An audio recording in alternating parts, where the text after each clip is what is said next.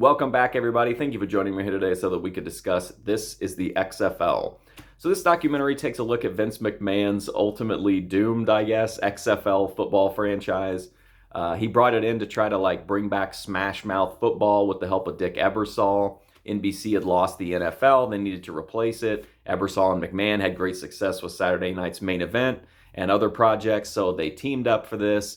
And they were, had all these new rule changes. They were going to have a more aggressive game.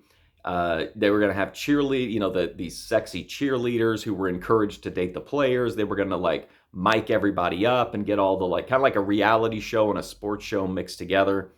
And of course, it didn't pan out very well.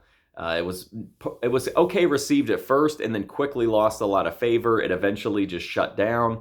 Years later, it would come back, and I shut down again. I think The Rock ended up purchasing the rights to the XFL at some point.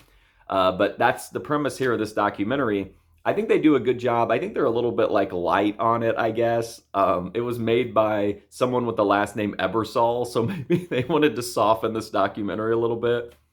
But it definitely kind of glazes Vince McMahon and Dick Ebersol and the XFL as a whole, and kind of glosses over so many of the obvious issues with this and treats it like in my opinion, it was much more of an influential or, important thing than it actually was.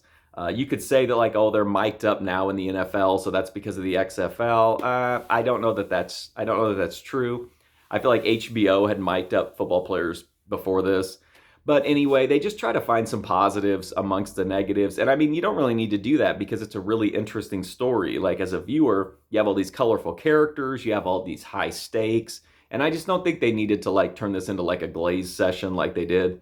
But anyway, I thought it was an interesting documentary. There's not a lot of new information or footage here, but it was kind of, it was neat to see it all collected in one place and to hear from people that were involved and to hear the stories. So I was interested in the story, and this was a decent watch. It's not, doesn't really dig super deep or reveal anything, uncover much new stuff, but it was at least interesting to watch, and that's about all I could ask for from this documentary. So if you're interested at all in the XFL or Vince McMahon or sports or whatever, it's an interesting documentary. I just wish it was a little bit more hard-hitting and not so much of a pat on the back kind of thing. But anyway, that's my review of This Is the XFL. If you want to check out more, I've got a movie review playlist right here on YouTube packed with reviews of all kinds. But anyway, thanks for watching this review. I do greatly appreciate it, and hopefully I'll see you soon.